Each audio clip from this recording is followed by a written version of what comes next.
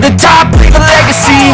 If I got something to say, you better let me speak. Turn it up a new degree, bitch, you ain't seen anything. I pop off with the new rock.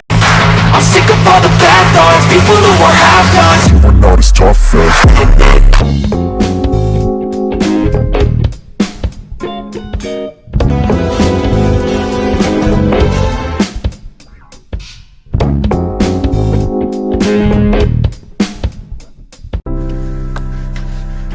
ल सुरु भयो। नमस्कार दर्शक वृन्द, आज तपाईहरुलाई एउटा तपाईहरुको प्यारो खानेकुरा, तपाईको प्यारो खानेकुरा चाहिँ पानीपुरी। पानीपुरी भन्ने बित्तिकै तपाईको मुखमा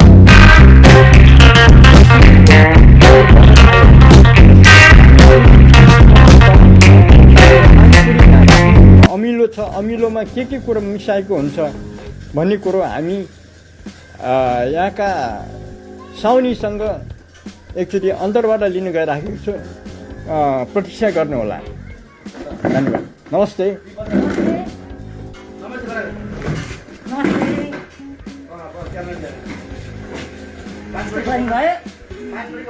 नमस्ते पानीपुरी।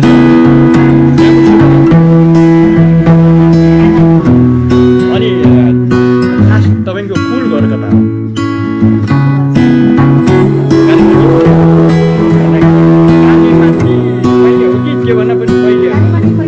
पहिलेदेखि नै कालपट्टि हो। अनि यहाँ यतिखेर आएर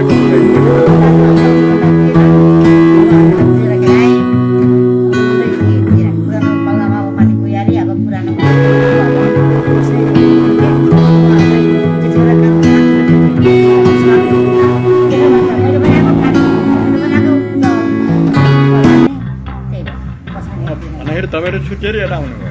अब औँसौँमा लिएको छैन, हामी आफै दुःख गरेर यता खान आएको बस्न आएको। अनि यता आउनुभएको, यता भन्दाखेरि हामी तारकेश्वर 9 मा छौँ। यतिखेर आउनुभएको 7-8 वर्ष भयो। भन्दाखेरि यो पानीपुरीको व्यापार कति भयो? यो पानीपुरीको चाहिँ मेरो अहिले उहाँ पर बसेरामा चाहिँ अलिकति व्यापार छ, त्यति साह्रो व्यापार छैन। यहाँ पनि होला जस्तो यो 4-5 छ। अनि यो पानीपुरीको व्यवसाय छ, धेरै प्रकारको व्यवसाय छ हैन? तर पानीपुरी व्यवसायलाई तपाईँले बुझ्नु भएको छ? अब पानीपुरीको व्यवसाय चाहिँ जसले पनि मान्छे अहिलेको मान्छे मिट पनि छ। अब मेरो यो मसलाको पसल पनि हो, मिट पनि छ। यसलाई अब यसले अब सजिलो हो, यसलाई बसी मेरो यो पनि यसो होस् भनेर यसलाई पनि।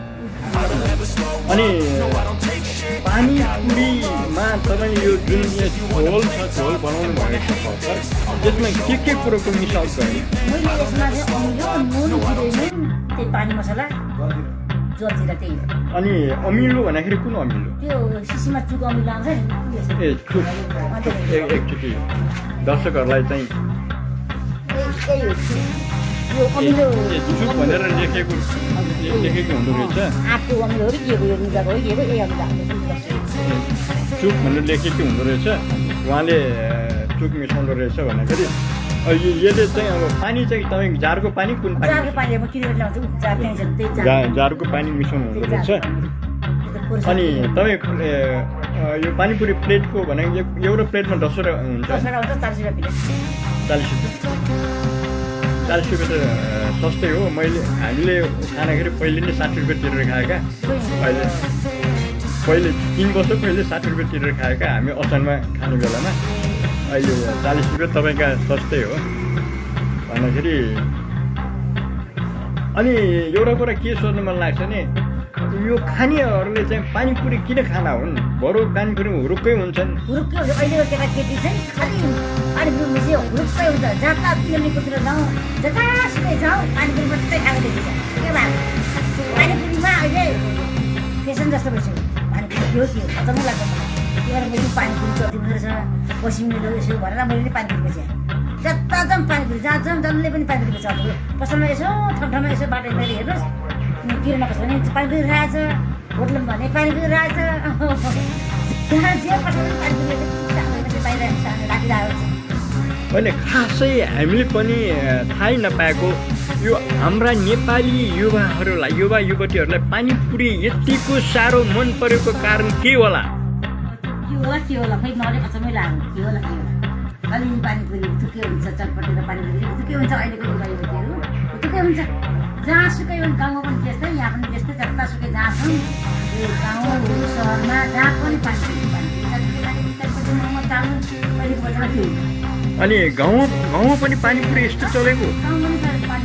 मेरो माइत गएको त्यहाँ पनि तपाईँको माइती कता? हजुर कुरो बुझेन।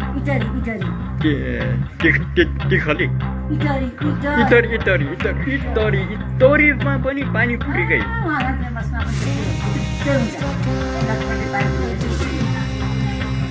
अचम्म है। अहिलेको युवाहरू चाहिँ पानीपुरीप्रति किन आकर्षित हुन्छन् यो ठुलो अनुसन्धानको विषय छ।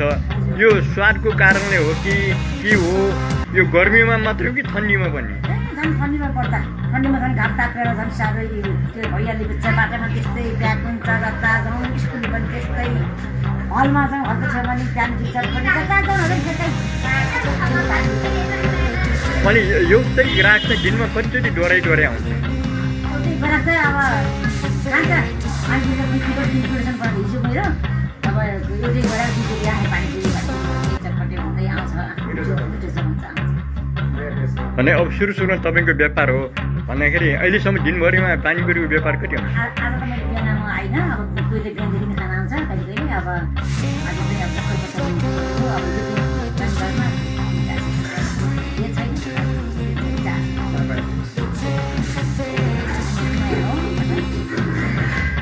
अनि यो अहिलेको समाचारलाई तपाईँले चाहिँ अब थाहा पाउँदाखेरि तपाईँलाई पनि उस्तै गरौँ जस्तो लाग्दैन? तपाईँले गारामा चाहिँ पानीपुरी बेचेर मकै बेचेर मालामाल पैसा कमाएको भने तपाईँको सुनमा आएपछि तपाईँ पनि त्यस्तो हुन त मन लाग्दैन?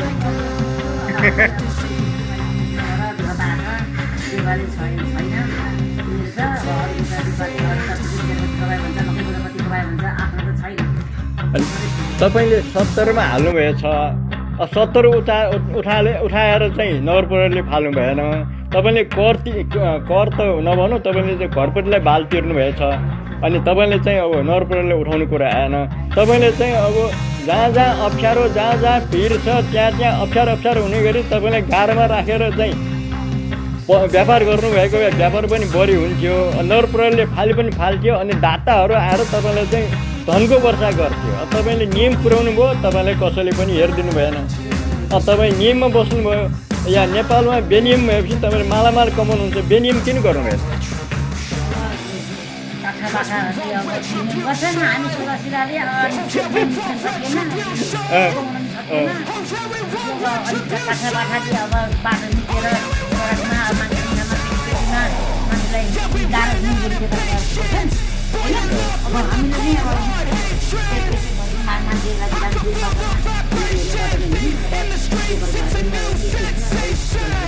हाम्रा करिश्मा मानन्दर अभिनेत्री उहाँले भन्नुहुन्छ विदेशमा पनि चाहिँ सडक फुटपाथमा चाहिँ पसल राख्न पाउँछ अरे, पसल राख्छन् अरे होइन, अब विदेशमा राख्छन्। तर उहाँले यदि कुरा भनिदिनु भयो भने विदेशमा एउटा निश्चित ठाउँमा नियोजित ठाउँमा राखेको हुन्छ। जहाँ भिड छ त्यहाँ त राख्दैन, जहाँ भिड छ त्यहाँ त राख्दैन। भिड भएको ठाउँमा अप्ठ्यारो हुने गरी बटुवालाई हिँड्नलाई अप्ठ्यारो हुने त राख्दैन। तर चाहिँ यहाँ भिडभाडमा राख्ने अनि नगरपालिकाले हटाउनेखेरि उल्टो फाएर हुने भन्दाखेरि अब साराका सारा चाहिँ यो 70 खोलेर बस्ने तपाईँ जस्तो साउनीले पनि गाह्रोमा पसल हालेर त्यहाँ भिड गर्दाखेरि जम्मै नेताहरूले उत्तिकै पैसाको बर्सात गरेको त हुन्थ्यो नि त।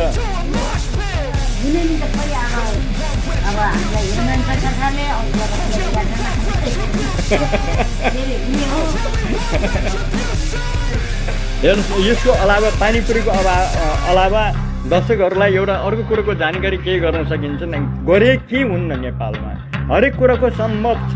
हामी गर्न नचाहेको हो। हेर्नुहोस्, तपाईँ एउटा धान तपाईँले उब्जाउनुहोस् त धानलाई तपाईँले बोरामा राखेर कति तारा लगेर त्यसलाई चामल बनाउनु पर्ने एउटा सानो यो मेसिन राख्नुभयो भने यो धानबाट तपाईँ चामल निस्किन्छ, जुन चामल जुन पोलिस गरेको हुन्न, शरीरको लागि स्वास्थ्यको लागि अति स्वास्थ्यवर्धक छ। अब यहाँ जिराहरू पिन्ने विभिन्न मसलाहरू पिन्ने पनि छ होइन। यस्तो मिसिन, त्यस्तै तेल पनि यस्तो मिसिन पाइन्छ अहिले 50-55 हजारमा होइन। त्यो हरेक कुरो सम्भव छ। यो चाइनाले हरेक कुरो चाहिँ सम्भव गरिदिएको छ। त्यसकारण हामीले चाहिँ बाहिर पाउने तेल चाहिँ अशुद्ध तेल किन खाने? हामीले पनि एउटा यस्तो मिसिन 55 हजार लिनु रहेछ, एउटा यस्तो मिसिन हालेर आफैले तेल बनाएर हुँदो हो नि। यो हेर्नुहोस्, यो धानबाट चाहिँ चामल निकाल्ने कम्बाइन्ड राइस मिल मसिन भनेको छ।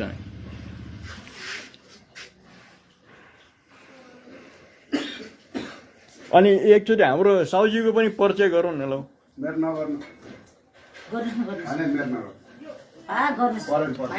हाम्रो साउनी भन्दा साउजी लजाउनु भएछ। हेर्नुहोस् न, तपाईँहरू चाहिँ माझ चाहिँ उहाँ पस्किनु चाहनु भएन। अनि उहाँकोमा के छैन र, हरेक कुरो छ। अझ यो हाम्रो यो के को पाकेट हो? कोदाको पिठो छ, चामलको पिठो छ, मकै पिन्ने छ, त्यहाँ मकै बोरामा छ मकै पिन्ने छ। यो कोरोको पिठो, कोरो हेर्नुहोस् तपाईँ, कोरोको अझ फापरको होइन, फापरको कोरो मकै फापर छ।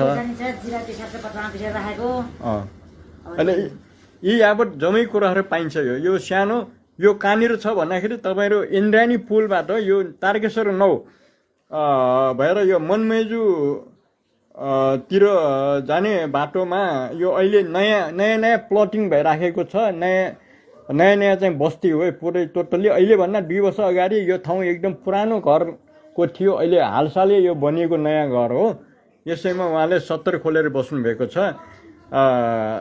यदि भन्दै आजको चाहिँ उहाँसँग भएको अन्तर्वार्ता चाहिँ यतिकैमा सम्पन्न भएको घोषणा गर्छु। धन्यवाद।